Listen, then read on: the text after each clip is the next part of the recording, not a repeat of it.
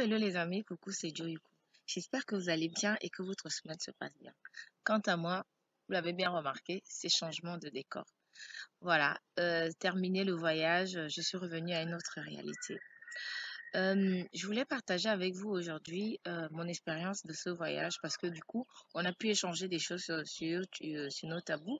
Donc voilà, c'est tout naturellement que j'ai envie de faire petite synthèse de ce voyage de cœur que j'ai vécu là-bas parce que pour moi, voyager, c'est une grande richesse, une grande source d'inspiration qui ne peut que nous grandir et nous ouvrir à la beauté de notre monde et de ses habitants aussi.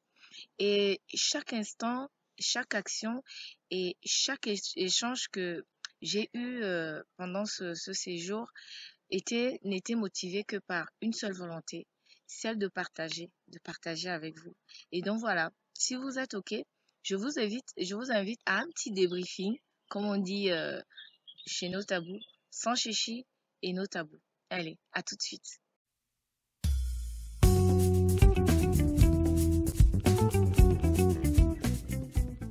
De voyager nous met toujours le trouble. Même si on va pour un week-end, pour une semaine, euh, de toute façon, un déplacement, peu importe lequel, dès qu'on quitte notre environnement, dès qu'on quitte notre petit confort, nous chamboule toujours un petit peu. Et je sais que quand je pars, par exemple, si je pars au Cameroun, quand je pars, je pleure. Et quand je reviens, c'est pareil, parce que voilà, c'est toujours un déchirement, parce que pour moi, je laisse toujours une part de moi, soit au départ, soit au retour. Et quand on vit dans un environnement, on a un petit peu de mal à imaginer que voilà qu'autre chose existe, que le monde est grand, qu'il est vaste. Et là, par exemple, je suis retournée vers mes racines parce que c'est de là que voilà, c'est là-bas que je suis née. Et je me rappelle, voilà, lors de mon transit, quand je revenais, bah, je me suis posée 5 minutes pour me faire une petite pause kawa. Et là, pendant ma pause, je me suis fait la réflexion de Joe, tu es bien ici aussi. Oui, je suis bien aussi ici parce que voilà, malgré le déchirement, euh, je peux à cet endroit aussi trouver la paix et la sérénité tout simplement. J'ai pris conscience que cette fois-ci, ce n'était pas un déplacement, mais c'était vraiment Euh, un voyage de cœur qui m'a permis de rencontrer, enfin, je dis bien de rencontrer parce que en général, on connaît les gens, mais on ne les rencontre pas. Ce voyage m'a permis de rencontrer enfin des personnes que je connaissais déjà pourtant avant, mais de les rencontrer dans leur profondeur, dans leur grandeur, dans leur beauté d'âme. Et des personnes avec des destins et des vécus aussi différents, mais dont les consciences convergent vers le même dynamisme. Et lorsqu'on revient d'un voyage de cœur comme ça, en général, on en revient bouleversé, on en revient chamboulé et on comprend que il ne faut pas se déplacer, mais qu'il faut voyager, voyager vraiment. Ce voyage m'a permis de prendre conscience d'une chose qui m'a l'air un petit peu évidente aujourd'hui, c'est que qu'on soit en Afrique, en Occident, en Asie ou aux États-Unis ou je ne sais pas encore sur quelle autre partie de la planète, on est comme traversé et happé par la même vibration, la même énergie, euh, parce que les comment dire, les vidéos, les échanges que j'ai eus avec les personnes là-bas, il y a beaucoup de gens qui ne sont pas passés sur nos tabous, mais avec lesquels j'ai eu des échanges. Je suis sûre que je me mettrai en Asie, en Occident ou je ne sais pas où. On parle la même chose. C'est une énergie, pour moi, je dirais, de transformation, de transmutation, d'émancipation. Nous ressentons tous un besoin d'évolution, une évolution beaucoup plus réelle, quoi. Euh, Pas celle qui est basée sur les apparences, les impressions, les faux semblants. Et pour moi, c'est une chance énorme de pouvoir vivre cette époque parce qu'elle est particulière, elle est riche. Et c'est une époque, j'ai l'impression, qui nous ouvre à quelque chose de beaucoup plus grand, de beaucoup plus vaste, parce qu'on voit que les choses bougent, que les choses changent et que les consciences, elles convergent, on réfléchit limite de la même façon où qu'on se trouve. Et pour moi, nous sommes chacun un élément d'une vaste œuvre collective, chacun d'entre nous, où qu'il se trouve. J'ai comme une impression que tout ce que nous avons expérimenté jusqu'ici était, voilà, c'était inévitable en fait. Autant, voilà, l'Occident, elle est au plus profond de la matière. Euh, nous, voilà, les Africains, on est beaucoup dans l'émotion, dans l'esprit, euh, la spiritualité aussi. Tout s'est mélangé et on a l'impression que tout ça était nécessaire pour qu'on puisse peut-être enfin se rencontrer, pour qu'on puisse enfin peut-être construire quelque chose de beaucoup plus grand. Et chacun avec son individualité et sa particularité.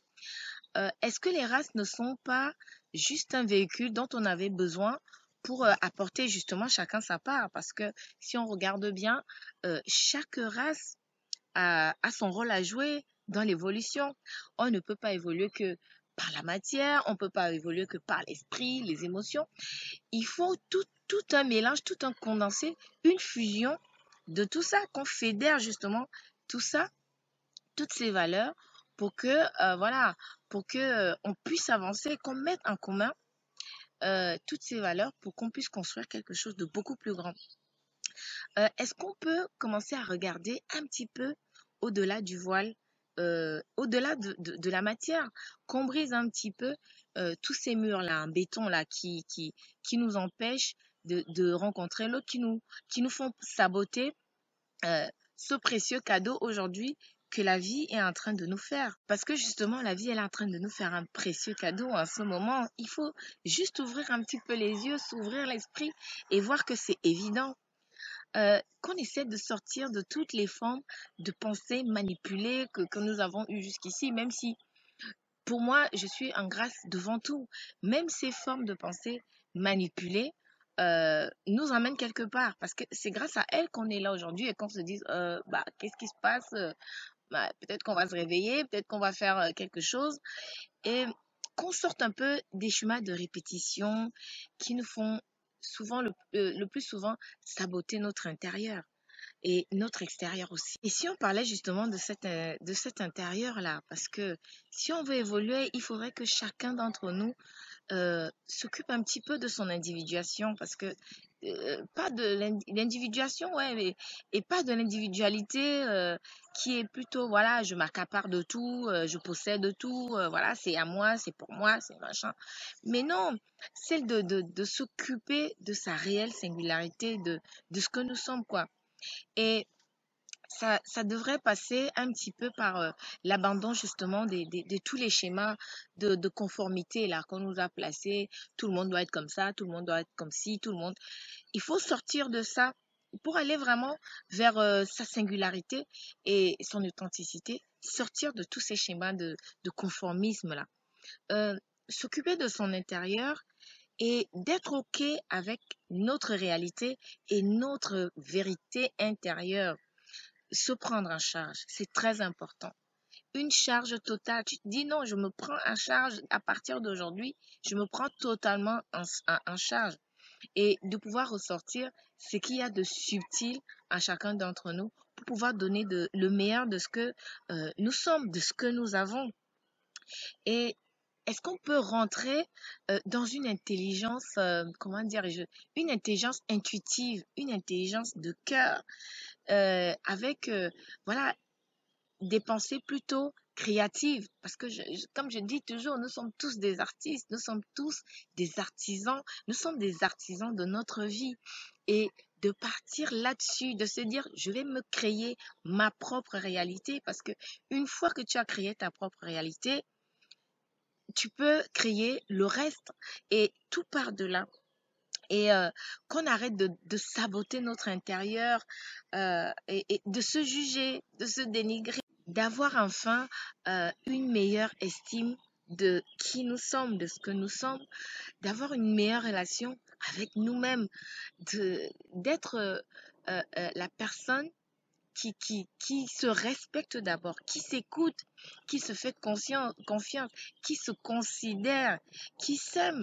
Parce que voilà, on nous apprend pas ça. Et quand on dit non, je m'aime, on va dire non, mais tu es prétentieuse, tu es imbu de ta personne. Ça n'a rien à voir. Ça n'a rien à voir. Pouvoir s'aimer tout simplement sans tomber dans le fanatisme ou voilà l'égocentrisme comme ce qu'on nous a appris jusqu'à présent. Parce que je suis désolée, on est dans un monde qui prône l'égoïsme, la concurrence. Voilà, ton frère a, tu n'aimes pas qu'il soit heureux. Donc, de laisser tout ça. Et une autre chose qui est importante, qu'on soit OK avec nos valeurs. Ce sont nos armes pour pouvoir braver les épreuves qui s'imposent à nous tous les jours. Et des épreuves, on va en avoir encore.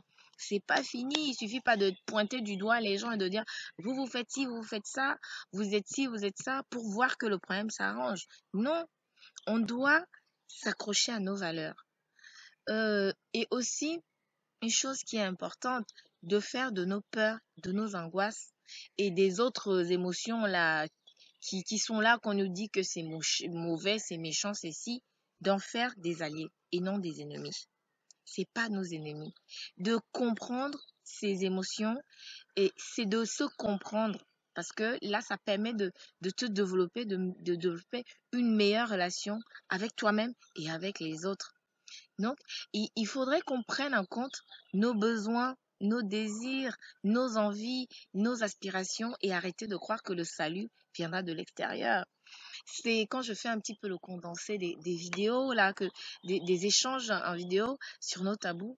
Ce n'est que ça que je vois. Je vois des gens qui n'ont plus peur, des gens qui n'ont plus d'angoisse, des gens qui font leur évolution intérieure, des gens qui se prennent en main de qu'on fasse ça en masse. Si c'est en masse, ce serait franchement beaucoup plus simple. Et, arrêtez de croire que le salut viendra de l'extérieur. Il n'y a aucun salut à l'extérieur. Ça commence avec nous-mêmes. Ça commence à l'intérieur de nous. Il faudrait plutôt s'encourager, à s'encourager soi. C'est plus efficace. Ça te grandit même, c'est grandissant parce que tu te lèves le matin, tu dis, mais Joe, tu es une personne bien. Joe, tu es une personne de cœur. Joe, tu es intelligent. Joe, tu es sensible. Joe, voilà, tu as du discernement. De se dire comme ça tous les jours, c'est une énergie qui va te pénétrer et ça va devenir ta réalité. Il faut commencer par s'occuper de soi, de s'occuper de notre intérieur et de se rendre compte que chaque épreuve nous apporte toujours un cadeau. Ça a l'air fou, mais c'est vrai. Chaque épreuve, qu'elle soit bonne, qu'elle soit désagréable, t'apporte toujours un cadeau.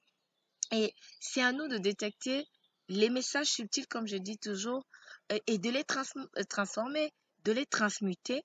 Et voilà, que ça devienne une histoire qui nous convienne, en fait. Si c'est, par exemple, on a perdu son boulot, si tu perds ton boulot, et voilà, transforme la chose. Dis-toi que peut-être que dans ce boulot, finalement, je n'étais pas bien.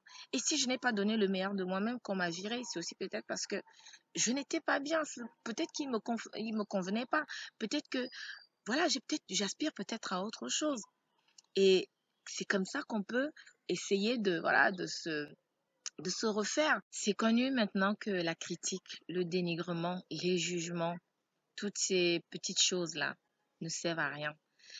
Surtout lorsque nous en sommes les auteurs. Que tu le fasses à autrui ou que tu le fasses pour toi, c'est la même chose. Ça ne grandit pas. Ça ne nous rend pas plus intelligents. Ça rend plutôt aigri, ça rend malsain, ça rend haineux. On va rentrer plutôt dans la violence, dans une violence envers nous et envers les autres. Donc, nous avons juste un besoin, celui de s'affirmer, d'affirmer sa vérité intérieure, d'être aligné sur nos valeurs, de vouloir d'être aligné sur nos valeurs sans pour autant vouloir être un tyran, sans vouloir régir, sans vouloir écraser, sans vouloir dominer. Parce qu'on le sait bien que celui qui a besoin de dominer, de tirailler les autres, a une petite estime de lui-même, une petite estime de sa personne. Si tu es quelqu'un qui t'estime, qui sait qui tu es, tu n'as pas besoin d'aller dominer les autres, d'aller les écraser. Et donc, on n'a pas besoin de posséder les autres. Ça n'a aucun sens. Ça n'a aucun sens. Chacun est responsable de ce qu'il est, de sa vie et de ce qu'il veut donner aussi. Ce n'est pas aux autres de dire, toi tu es comme ça, toi tu es ci, toi tu es ça. Ça n'apporte rien de bon, ça ne construit pas, ça ne grandit pas du tout. Vu qu'on voit que les choses changent, les vibrations changent, les énergies changent, les âmes grandissent, ben, nous devons, euh, en ce moment, peut-être laisser aller l'ancien, laisser aller les choses qui sont passées, le passé, laisser aller les choses désagréables qui sont passées, de faire table rase là-dessus. Parce que c'est vrai que cet ancien était nécessaire pour la compréhension des choses aujourd'hui, mais ça semble un petit peu erroné parce que c'est avec des armes actualisées que nous devons avancer. Parce que si tu restes dans le passé avec, je ne sais pas quelle arme pour affronter le présent, on va pas s'en sortir. Donc, nous devons avancer et vivre avec notre temps, vivre avec les mœurs de notre temps, les psychologies de notre temps, tout en ayant pour socle euh, et base nos valeurs et nos ancrages. Ça, les valeurs, elles ne bougent pratiquement jamais. Moi, je peux le dire qu'elles ne bougent pas. Mais par contre, tout ce qui est matière, matériel, mœurs et psychologie bouge. Et pour ça, on doit prendre conscience de ça. Il faut qu'on comprenne qu'on ne peut pas vivre avec une psychologie de 1800 en 2000. Ce n'est pas possible. Ce n'est pas possible du tout. C'est comme si, voilà, on demandait aux personnes mortes de faire notre présent. On ne peut pas vivre, célébrer continuellement, éternellement la mort. On est dans la vie. Il faut vivre son temps et vivre justement la vie et pas la mort. Comme je vous disais tantôt, je suis très excitée de vivre dans cette période parce que c'est une période où l'homme est en train de complètement changer les paradigmes, commencer à, où il fait bouger les choses. Et c'est une période où on est en train de voir émerger un nouveau type d'homme, un homme nouveau, quoi, en quelque sorte. Et un homme qui a une intelligence et une pensée plutôt créative, qui va vers sa créativité, qui se fait confiance parce que pour créer, il faut avoir confiance en soi. Donc, c'est un homme qui prend confiance en lui. Il se fait tellement confiance que il n'aime pas le superflu. Il va à l'essentiel. Il fonce et il prend ce qu'il faut. Il se prend à main. C'est un homme qui n'a plus envie d'être trop dans l'émotivité, trop dans la sensibilité, trop dans le mental et qui cherche le juste milieu, qui cherche l'harmonie, qui cherche à harmoniser ses sens. C'est un homme qui veut passer au-delà du vrai, du faux, du bien, du mal, du bon, du pas bon. Un homme qui sait que le monde est aussi vaste que les couleurs et les êtres qui l'habitent et qui veut sortir de la bipolarité et du binaire surtout. Un homme qui fait fluctuer un petit peu ses croyances. Ça bouge. Il remet en question. Il n'a pas peur de remettre en question intuitivement sans attendre la version d'un certain gourou, d'un seigneur, d'un état, d'une Bible, d'un livre. Non, il se réfère à ce qu'il ressent, à à ce que son esprit lui dit, lui dicte. Il lui dit, ça c'est bien, ça c'est pas bien pour toi, est-ce que tu pourrais faire comme ça, améliorer et tout. Ça, c'est l'homme nouveau en fait. Un homme qui a compris qui il est en réalité et que c'est sa condition d'homme qui le distingue de l'animal et qui ne veut plus traiter son semblable comme un animal lui aussi. Donc, c'est un homme qui a compris qu'on obtient la paix par la vérité. C'est un homme qui n'est pas toujours à la recherche d'un quelconque pouvoir parce que pour lui, c'est un concept dépassé, c'est has-been. Hein, tout le monde commence à comprendre que voilà qu'il est doté justement d'un pouvoir. Donc Il cherche beaucoup, peut-être plus la paix, l'harmonie. Il cultive ce qu'on appelle chez Projet Alpha l'Éden. C'est un homme qui cultive le paradis. Et on a tous droit au paradis quand on nous laisse les histoires que on est né pour souffrir, on est né pour ci, on n'est pas né pour ça. On est né pour être heureux. On est né pour vivre. Et la vie, c'est pas le malheur en continu. C'est pas possible.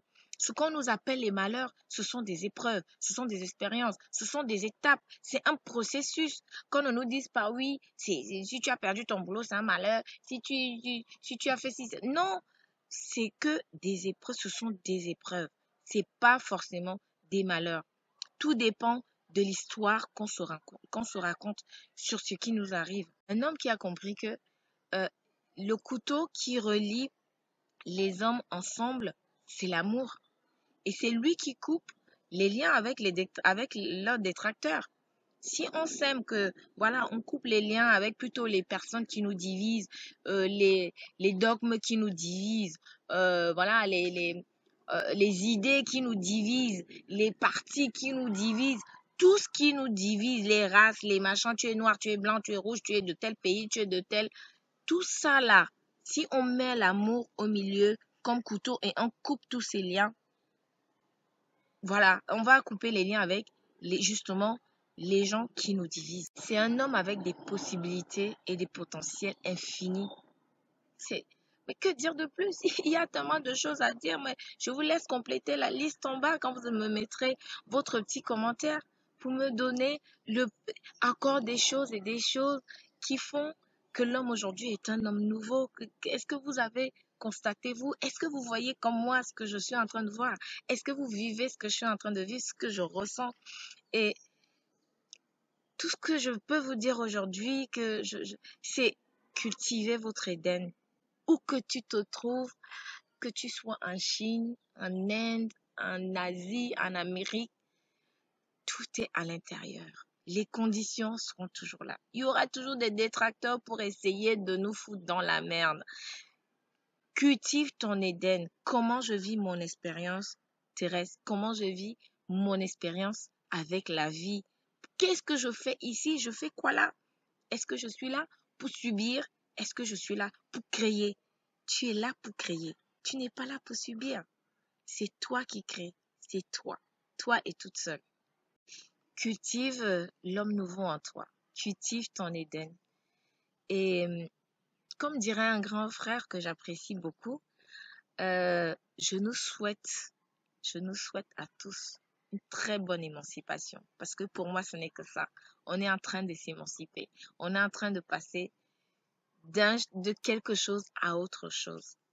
Et donc, je vais remercier ici toutes les personnes qui ont donné de leur temps, toutes les personnes qui ont donné de leur énergie, qui ont participé avec grâce, avec joie à, à mon aventure au Cameroun, parce que ça permet de montrer que voilà, il y a des parties du monde qu'on veut diaboliser, qu'on veut, ouais, il n'y a pas ci là-bas, c'est la misère, non, ce n'est pas ça. Où que tu te trouves, tu vas trouver du bon. Où que tu te trouves, tu vas trouver du mauvais. Et c'est pareil pour les hommes. Il y en a qui cultivent du bon, qui cultivent du mauvais. Moi, partout où j'ai voyagé, j'ai rencontré des bonnes personnes. Où que tu te trouves, même, je crois, au milieu de la Syrie, dans les décombres où on nous montre des trucs, des bombardements et tout ça, il doit se passer. Il y a des gens qui arrivent à vivre. Il y a des gens qui arrivent à tirer des leçons de ce qui se passe dans leurs conditions à ce moment-là et de faire ce qu'il faut pour cultiver leur Éden. Donc, cultive ton Éden. Cultive le nouvel homme que tu es aujourd'hui. Un homme qui se prend en main. Un homme qui a confiance en lui. Prenez soin de votre véhicule. C'est le seul endroit où personne ne viendra vous faire chier. Allez, à très bientôt sur Notaou. Bisous.